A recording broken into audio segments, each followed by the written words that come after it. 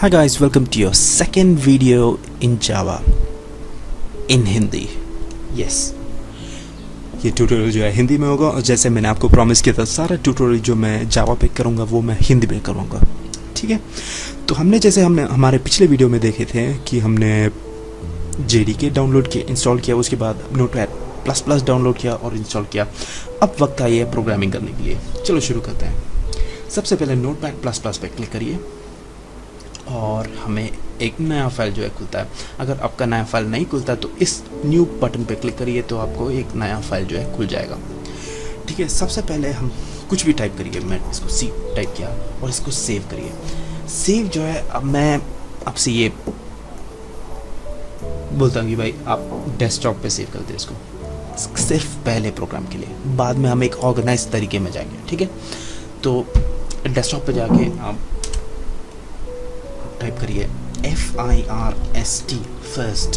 ठीक है, और .java, ये .java लगानी बहुत इंपॉर्टेंट है। ठीक है, तो आप इस फाइल को ऐसे सेव करिए first.java। ठीक है, अब जो है वो टाइप करिए जो मैं टाइप करता हूँ यहाँ पे। ठीक है, तो टाइप करिए CLASS क्लास स्पेस FIRST। ठीक है, तो क्लास फर्स्ट, उसके बाद 2 कर्ली ब्रेसेस जो है आपका बॉक्स ब्रैकेट्स के ऊपर दिखाई देंगे। एंटर मार दीजिए। और अभी हमें क्या करना पड़ेगा कि हमें अभी जो है हमें ये जो 2 ब्रेसेस हमने दिया है इसके बीच में जो है हमें कमांड टाइप करने पड़ेंगे। ठीक है, अभी आप सोच रहे होंगे कि भाई क्लास क्या है या फिर फर्स्ट क्या है। देखिए, फर्स्ट जो है हमारा फर्स्ट और जावा का नाम, ये हमें ऐसी के ऐसी यहाँ पे टाइप करना है। क्लास, जावा के सारी चीज़ें जो है क्लास से शुरू होती है।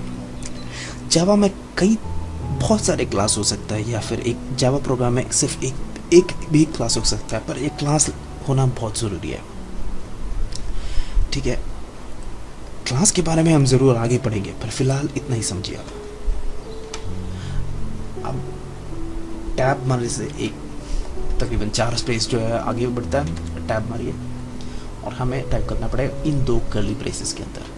अब टाइप करिए पब्लिक स्टैटिक वॉइड मेन, फिर 2 नॉर्मल ब्रैकेट्स, फिर 2 कर्ली ब्रैकेट्स फिर से।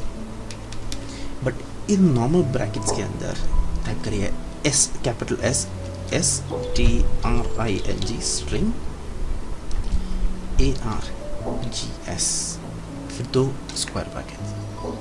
ठीक है, और इसको भी एंटर मार दीजिए बीच में जाके और टैब फिर से मारिए। इसके अंदर टाइप करिए सिस्टम out println, सॉरी,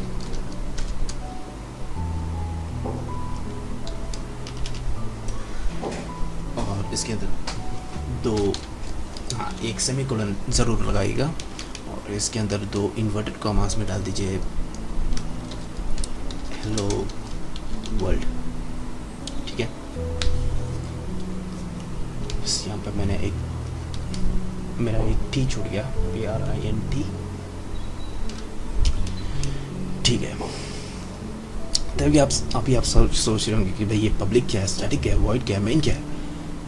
फिक्र मत करो, मैं आपको समझाता हूँ। देखो, अभी जैसे क्लास आपने टाइप किया। ठीक है, इसके अंदर आपका जो मेन वर्ड जो यहाँ पे है मेन है। भी आप सोच रहे होंगे कि मेन क्या होता है। मेन क्या होता है, कंपाइलर सबसे पहले मेन को ढूंढता है।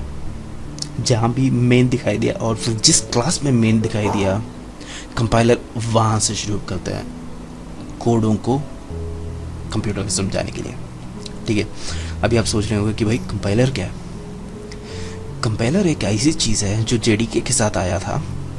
कंपाइलर एक ऐसी चीज़ है जो आप जिस कमांड को कंप्यूटर को इंग्लिश में लिखते हैं, जैसे आपने अभी यहाँ पे लिखा system.out.println।